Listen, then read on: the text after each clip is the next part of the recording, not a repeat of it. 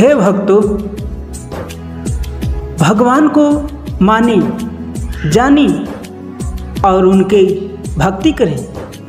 हे भक्तों, मनुष्य की सबसे बड़ा दौलत मनुष्य का जीवन है। जो भी प्राणी धर्म की राह पर धर्म कर्तव्य करते हुए अपना जिंदगी जी रहे हैं और जिए हैं और जिएगा, उसी को भगवान सहयोग साथ देते हैं। उन्हीं को भगवान ज्ञान, बुद्धि और अपना शक्ति देते हैं।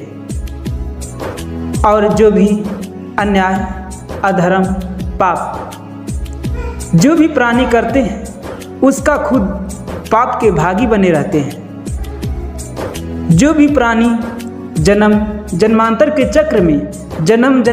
चक्र में जो फंस गए, तो फिर उस प्राणी को जीवन आत्मा इसी जन्म भूमि में बार बार जन्म लेता रहता है। भक्ति का अर्थात होता है काम, क्रोध, मद, लोभ, राग, इन 5 अशुद्ध तत्वों को अपनी तन मन से त्याग देना। जो भी प्राणी भक्ति का रस पीना चाहते हो, भक्ति धर्म कर्तव्य करना चाहते हो, तो काम, क्रोध, मद, लोभ, राग, ये 5 अशुभ तत्वों को अपना तन मन से त्याग दें।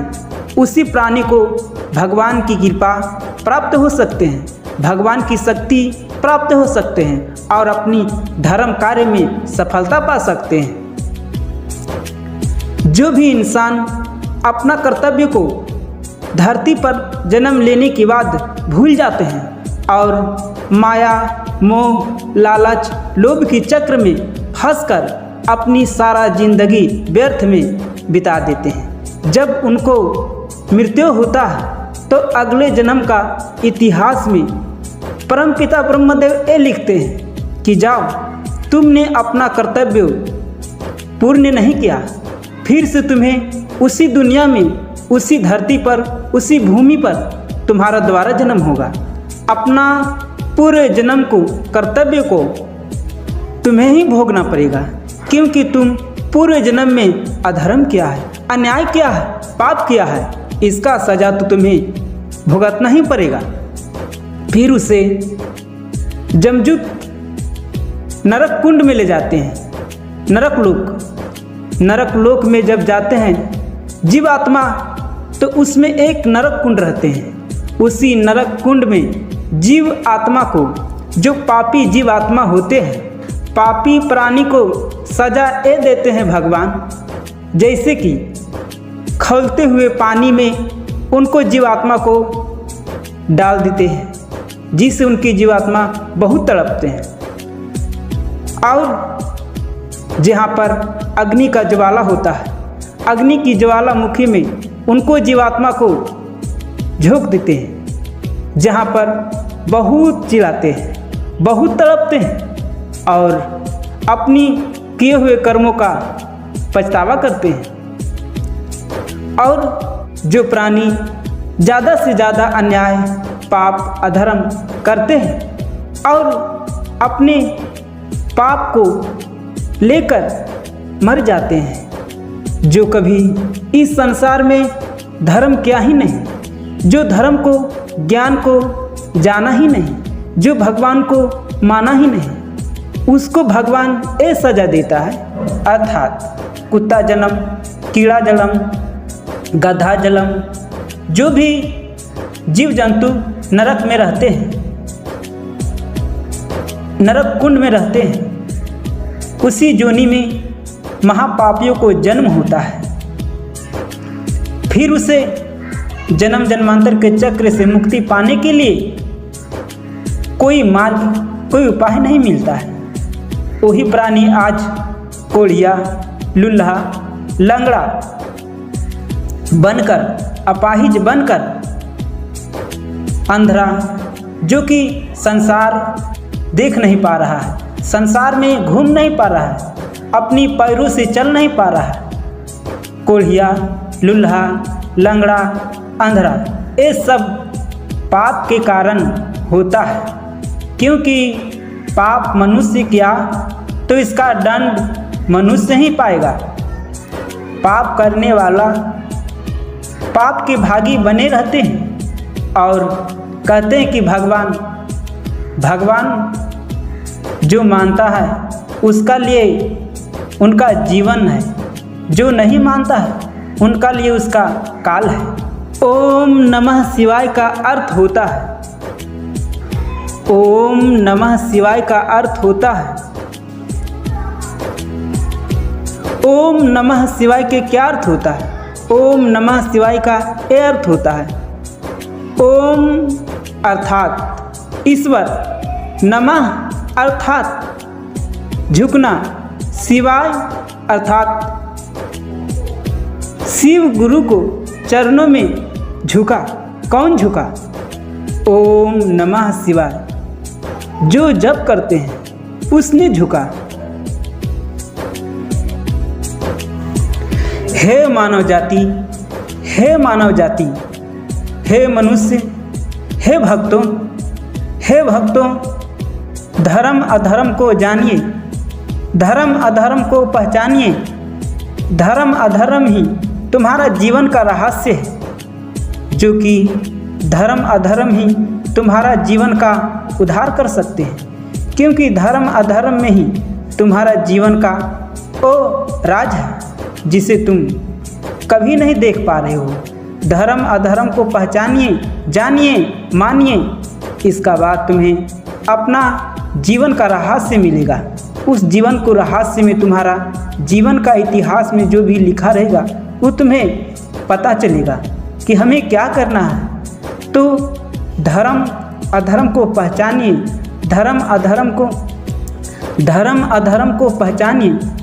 हे भक्तों, धर्म अधर्म को पहचानिए, इसको जानिए, धर्म अधर्म को जानिए कि धर्म अधर्म के अंदर क्या रहस्य है। धर्म अधर्म के अंदर मनुष्य के जीवन का रहस्य है, उनका जीवन का इतिहास का जो पन्ना है, तो धर्म अधर्म के ही अंदर छिपा है। आज तक कोई भी गुरु ये ज्ञान नहीं बताया है, नहीं समझाया है कि धर्म अधर्म को पहचानिए, धर्म अधर्म को जानिए।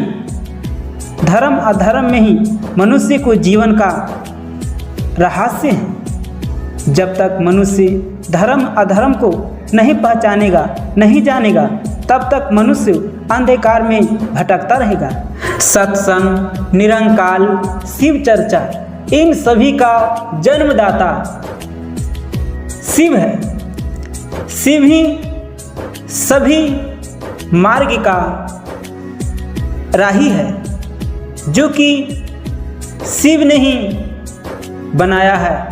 सत्संग, निरंकाल, शिव चर्चा, ये सब शिव की कृपा से ही होता है। जब तक शिव शंकर की ज्ञान शक्ति मानव के अंदर नहीं पहुंचता, तब तक मनुष्य अबोध रहते हैं। मनुष्य के पास ज्ञान तभी आता है जब मनुष्य भगवान के शरण में जाते हैं, अर्थात सत्संग की जो भी ज्ञान मनुष्य के अंदर है, ये सब ईश्वर की लीला से ही है, ईश्वर के कृपा से ही है। सत्संग, निरंकाल, शिव चर्चा, ये सब का दाता, जन्मदाता शिव शंकर है। शिव शंकर ही समस्त गुरुओं का महागुरु है।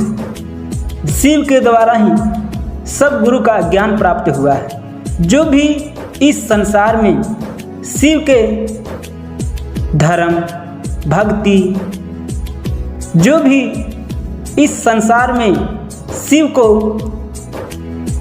भक्ति, धर्म, कर्तव्य, जो भी भगवान को सच्चा दिल से माने हैं और उनके बारे में जाने हैं, उसी प्राणी को भगवान सदा दर्शन देते हैं। अर्थात भगवान केवल धर्म के हैं, अधर्म के नहीं।